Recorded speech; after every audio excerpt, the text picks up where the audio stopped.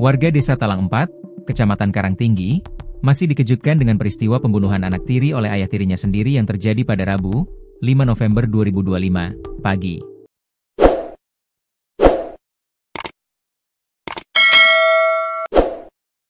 Belakangan, identitas dan keseharian pelaku berinisial Su mulai terungkap. Su diketahui bekerja sebagai pengurus kebun kelapa sawit milik Camat Karangtinggi, Ferry Arianto. Menurut Ferry, pelaku telah membantunya mengurus kebun selama 2 tahun terakhir. Selama ini Su orangnya baik.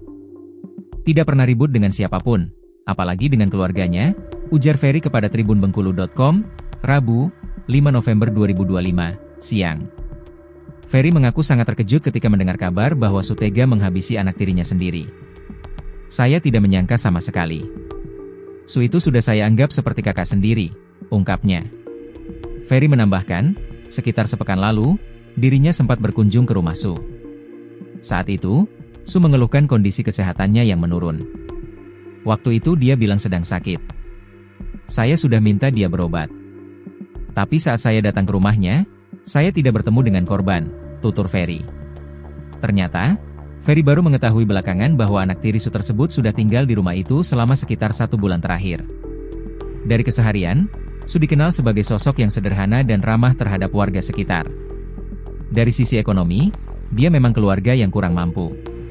Tapi secara sosial, dia orangnya baik dan mudah bergaul, kata Ferry.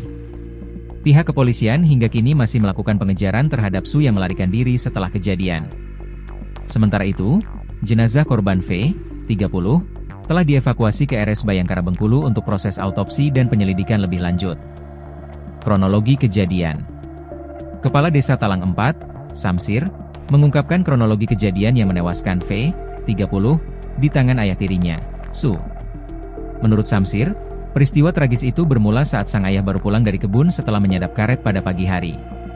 Sesampainya di rumah, Su mendapati anak tirinya berada di dalam kamar. Pelaku ini baru pulang dari kebun, langsung menuju kamar anaknya. Tidak lama setelah itu, terjadi perkelahian di dalam kamar, jelas Samsir kepada tribunbengkulu.com. Dalam perkelahian tersebut, V mengalami luka robek cukup parah di bagian pundak sebelah kiri. Darah korban bahkan sempat menggenang di dalam kamar tempat kejadian.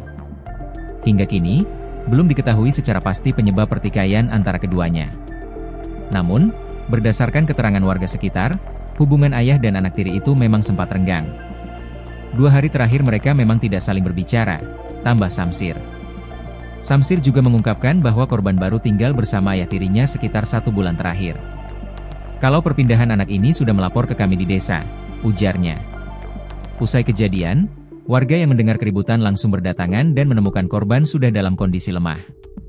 Sementara pelaku langsung melarikan diri dan saat ini masih dalam pengejaran pihak kepolisian.